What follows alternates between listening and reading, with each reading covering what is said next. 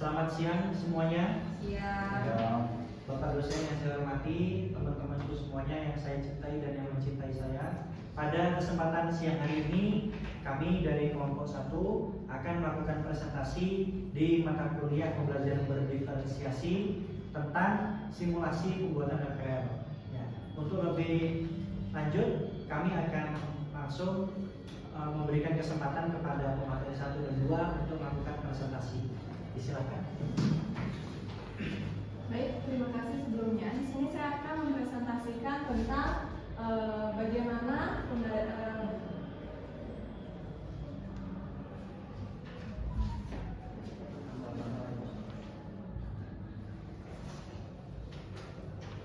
berdiferensiasi, di mana sebelumnya anggota kelompok saya yaitu yang pertama ada Aji Ahmad Zaini, yang kedua ada Mima Dewidiani, yang ketiga ada saya sendiri Nika Dega Bimediani.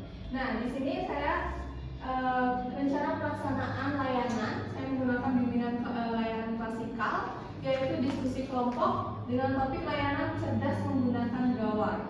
Nah, metode yang saya gunakan yaitu cooperative learning tipe Windows Shopping. Nah, di sini strategi yang saya gunakan adalah student center learning, karena mengingat ini adalah pembelajaran berdiferensiasi yang berpusat pada kebutuhan peserta didik. Nah, di sini saya menggunakan teknik diskusi kelompok. Nah, dalam pembuatan perencanaan layanan klasikal ini, saya menggunakan diferensiasi proses, di mana diferensiasi proses itu dapat dilihat dari diskusi yang dilaksanakan oleh siswa, di mana siswa itu berkeliling kelompok untuk melihat ataupun mengamati kegiatan ataupun tugas yang diberikan. Di sini tugas yang diberikan yaitu siswa itu membuat pohon rencana. Pohon rencana itu akan masuk ke diferensiasi produk. Diferensiasi produk ini pohon rencana, di mana di dalam pohon rencana itu siswa menempelkan kertas tentang manfaat apa sih gawai bagi kehidupan mereka di hari sehari-hari gitu. Jadi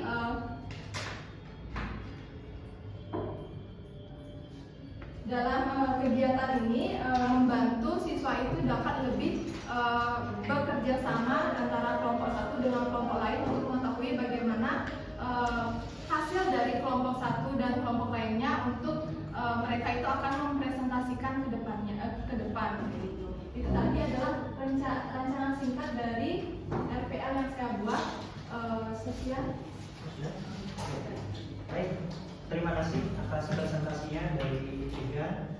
Sekian presentasi dari kelompok kami.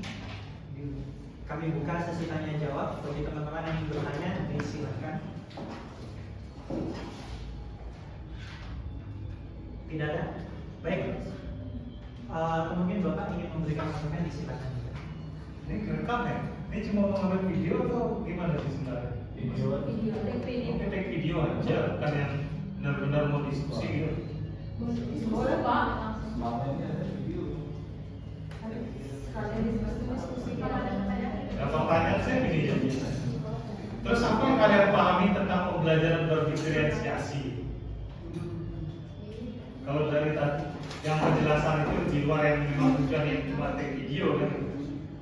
Apa yang kalian pahami tentang pembelajaran berdiferensiasi yang akhirnya harus dituangkan dalam bentuk RPL kalau guru mata pelajaran diangkat RPP dan akan mengimplementasikan? Apa yang kalian bisa simpulkan atau buat dari pembelajaran berdiferensiasi? Baik, mungkin izin Bapak ya menjawab. Pembelajaran berdiferensiasi itu adalah pembelajaran yang berpusat kepada peserta didik. Di sini saya menggunakan student center learning, di mana yaitu menggunakan diskusi kelompok, di mana dalam diskusi kelompok itu saya menggunakan window shopping, di mana window shopping itu kegiatan kita membentuk diskusi, nanti kelompok lain akan mengunjungi.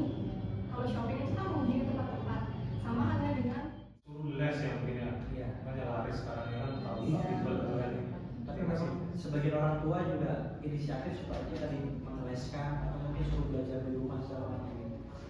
Intinya juga ya semua. Intinya juga tidak ada lepas kontrol dari orang tua. Kalau orang tuanya sendiri lepas kontrol ya mau nggak mau harus siap menerima konsekuensi anaknya jadinya seperti apa gitu aja. Berarti orang tua lagi ya. Peran juga Pak.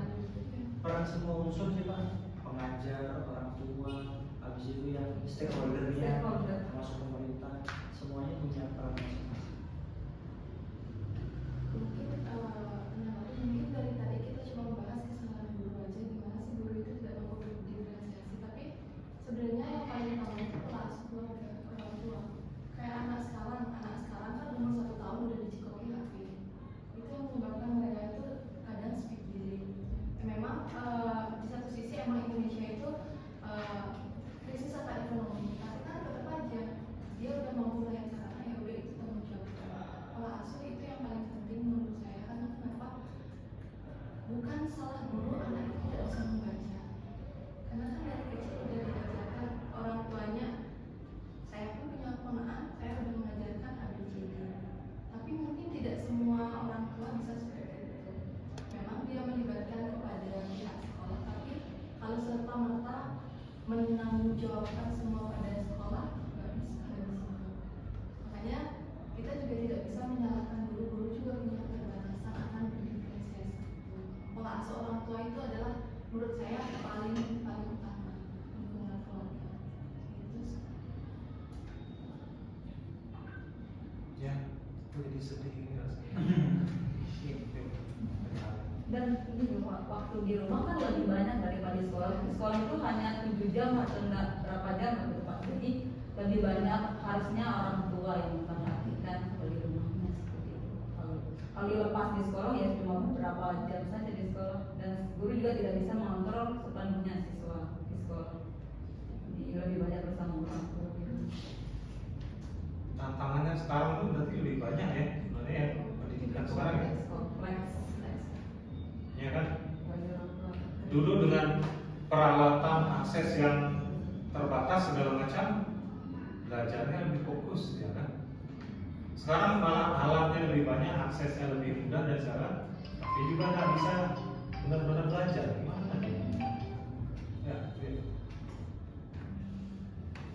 Ya kan banyak akses, ada HP, ada internet bisa mengakses tapi ya tidak benar-benar. Gimana kemudian? Yang terasa ya, Hah? kita aja BPK. Berarti enaknya gimana sebenarnya? Kembali ke masalah Ya, gitu ya. ya. Dengan ya sedikit banyak alat-alat dan segala macam tapi kita fokus Mengurangi perpustakaan. Iya. Lebih asik gitu ya sebenarnya.